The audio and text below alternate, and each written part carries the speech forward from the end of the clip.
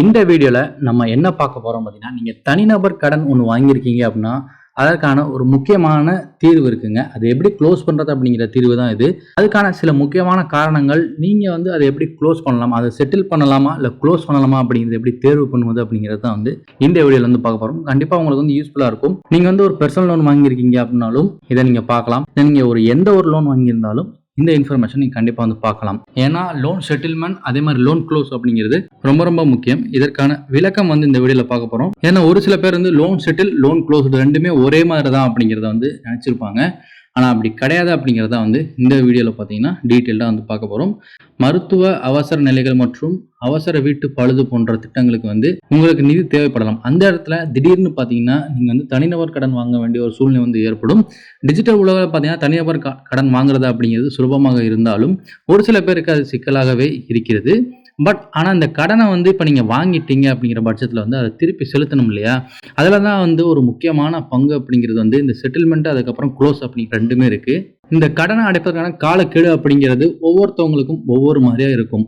பொதுவாக பார்த்தீங்கன்னா ஒருத்தவங்க 2 வருஷம் போட்டிருப்பாங்க, ஒருத்தவங்க 3 வருஷம் போட்டிருப்பாங்க. எத்தனை வருஷம் லோன் போட்டிருக்காங்களோ அத்தனை வருஷமா அவங்க பார்த்தீங்கன்னா அந்த லோன் அப்படிங்கிறது கட்டி ஆகணும். இன்ட்ரெஸ்ட் அதோட பார்த்தீங்கன்னா அசல் ரெண்டுமே சேர்ந்து பார்த்தீங்கன்னா மாதம் மாதம் கட்டுற மாதிரி இருக்கும். ஈக்குவலான இஎம்ஐ பார்த்தீங்கன்னா நீங்கள் கட்ட போகிறீங்க.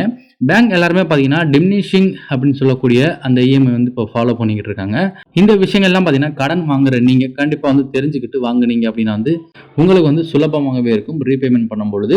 அதே மாதிரி ஒரு இடத்துல பார்த்தீங்கன்னா சீக்கிரம் நீங்கள் க்ளோஸ் பண்ணுறீங்க, கையில் காசு இருக்குது அப்படிங்கிற பட்சத்தில் ப்ரீ க்ளோசிங் சார்ஜ்லாம் எப்படி வாங்குறாங்க, எவ்வளோ வாங்குறாங்க அப்படிங்கிற இன்ஃபர்மேஷன் தெரிஞ்சிச்சு அப்படின்னா நீங்கள் க்ளோஸ் பண்ணும்போது நீங்களே பார்த்தீங்கன்னா கால்குலேட் பண்ணிட்டு பேமெண்ட் அப்படிங்கிறது பண்ணிக்கலாம்.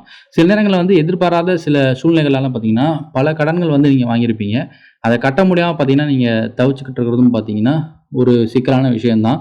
அதை நீங்கள் எப்படி சால்வ் பண்ணுறீங்க அப்படிங்கிறது பார்த்தீங்கன்னா உங்கள் கையில் தான் இருக்குது.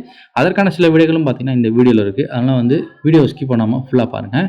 தனிநபர் கடனில் அதிக வட்டியும் பார்த்தீங்கன்னா ஒரு சில பேர் வாங்கி சமாளிக்க முடியாமல் பார்த்தீங்கன்னா திணறிக்கிட்டு இருப்பாங்க. அவங்களுக்கும் இந்த வீடியோ பார்த்தீங்கன்னா கண்டிப்பாக ஹெல்ப்ஃபுல்லாக இருக்கும். இதில் பார்த்தீங்கன்னா முக்கியமாக கடன் வாங்கினவங்க அதுக்கப்புறம் கடன் கொடுத்தவங்க 2 பேருமே ஒரு பேச்சுவார்த்தை நடத்தி பார்த்தீங்கன்னா இதை சுமூகமாக முடிக்க முடியும்.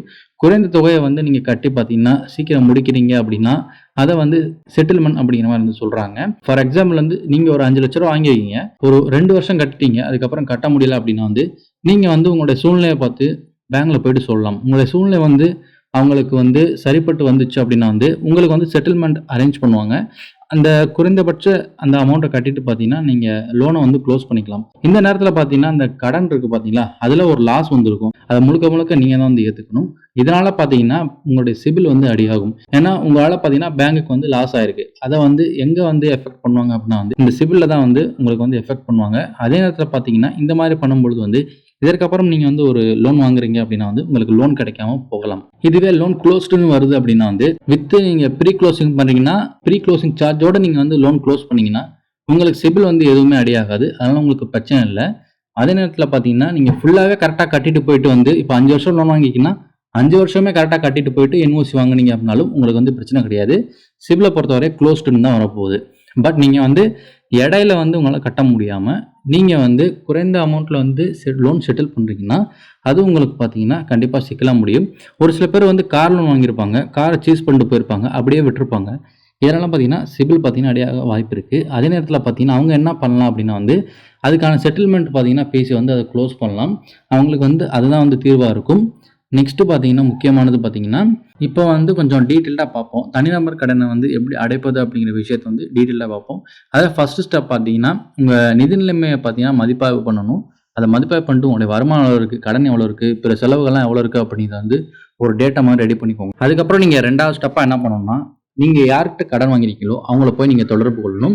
உங்களுடைய நிதி நெருக்கடியை அவங்ககிட்ட சொல்லணும். இது தொடர்பாக இந்த லோனை க்ளோஸ் பண்ணித்தாங்க அப்படிங்கிற மாதிரி நீங்கள் கேட்டீங்க அப்படின்னா ஒரு குறைந்தபட்ச அமௌண்ட் செட்டில் பண்ணி பார்த்தீங்கன்னா உங்களுக்கு கொடுப்பாங்க.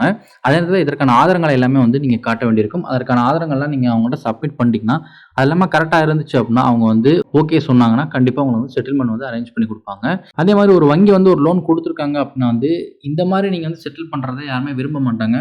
வேற எந்த ஒரு வழியும் இல்லாத பட்சத்தில் அவங்க இதை ஏற்றுக்குருவாங்க. ஏன்னா அட்லீஸ்ட் ஒரு அசலாவது அவங்களுக்கு ரிட்டர்ன் வரணும் இல்லையா? அதனால பார்த்தீங்கன்னா அவங்க இதுக்கு ஓகே சொல்லுவாங்க. இந்த வங்கி கடனுக்கு பார்த்தீங்கன்னா கண்டிப்பாக அவங்க ஒத்துக்கிட்டாங்க அப்படின்னா கண்டிப்பாக உங்களுக்கு லோன் செட்டில் ஆயிரும்.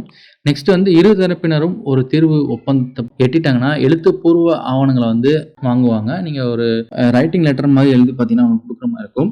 நெக்ஸ்ட் ஒரு குறிப்பிட்ட தேதியில வந்து பார்த்தீங்கன்னா அவங்க சொன்ன அந்த அமௌண்ட்டை வந்து கட்டிட்டு லோனை வந்து செட்டில் பண்ண சொல்லுவாங்க. நெக்ஸ்ட் என்ன சொல்றாங்கன்னா அவங்க சொன்ன அந்த செட்டில்மெண்ட் அமௌண்ட் நீங்க கட்டிட்டீங்க அப்படின்னா வந்து அதற்கான வந்து லோன் கேன்சல் பண்ணதுக்கான ரசீது இருக்கும். அந்த ரசீதை வந்து நீங்க வச்சுக்கலாம். அதுதான் பார்த்தீங்கன்னா நீங்க கட்டினதுக்கான ஆதாரம் அப்படிங்கிற மாதிரி சொல்றாங்க.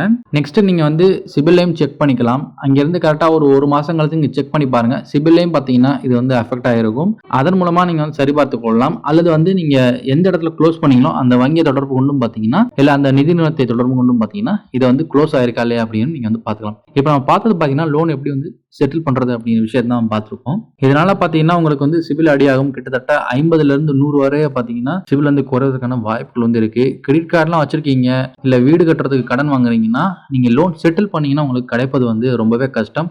ஆனால் லோன் செட்டில் பண்ண பார்க்காதீங்க, லோன் க்ளோஸ் பண்ண பாருங்க. லோன் க்ளோஸ் பண்ணுறது அப்படின்னா வந்து ஃபுல்லாக வந்து கட்டி வந்து க்ளோஸ் பண்ணுறது. ஒரு வேளை பார்த்தீங்கன்னா உங்களால் இப்போ இருக்கக்கூடிய லோனை வந்து கட்ட முடியலன்னா அதை வந்து லோன் ரீஸ்ட்ரக்சரிங் அப்படிங்கிற மாதிரி பண்ணிக்கோங்க. ஃபார் எக்ஸாம்பிள் இப்போ ஒரு 5 லட்ச ரூபா நீங்கள் கட்டிட்டீங்க, 2 லட்ச ரூபா 5 லட்ச ரூபா லோன் எடுத்திருக்கீங்க, 2 லட்ச ரூபா பார்த்தீங்கன்னா கட்டிட்டீங்க. அதுக்கப்புறம் மீதி ஒரு 2.5 லட்ச ரூபா 3 லட்ச ரூபா இருக்கும். அதை கட்ட முடியலன்னா அது ஒரு 5 வருஷம் வந்து திரும்ப போடுற மாதிரி பார்த்துக்கோங்க. அந்த 3 லட்சத்தை 5 வருஷமாக போட்டிங்கன்னா உங்களுக்கு இஎம்ஐ கட்டுறது பார்த்தீங்கன்னா கம்மியாக வரும். அதன் மூலமாக பார்த்தீங்கன்னா நீங்கள் வந்து சுலபமாக பார்த்தீங்கன்னா உங்களோட இஎம்ஐ வந்து கட்டிக்கலாம். அது வந்து உங்களுக்கு எந்த ஒரு அஃபெக்ட் பண்ணாது, சிபிலில் எந்த ஒரு அஃபெக்டும் பண்ணாது அப்படிங்கிற மாதிரி சொல்கிறாங்க. இந்த மாதிரி விஷயங்கள்லாம் பார்த்தீங்கன்னா டீட்டெயிலாக தெரிஞ்சுக்கோங்க. அதே மாதிரி கம்மியான இஎம்ஐயில் பார்த்தீங்கன்னா அந்த 3 லட்ச ரூபாய்க்கு பார்த்தீங்கன்னா லோன் எடுக்க பார்த்தீங்கன்னா கண்டிப்பாக உங்களுக்கு வந்து பெனிஃபிட்டாக இருக்கும். இதுதான் இந்த வீடியோ. கண்டிப்பாக உங்களுக்கு யூஸ்ஃபுல்லாக இருந்திருக்கும். இந்த வீடியோ உங்கள் ஃப்ரெண்ட்ஸோட ஷேர் பண்ணிக்கோங்க. நெக்ஸ்ட் வீடியோவில் மீட் பண்ணுவோம். பாய்.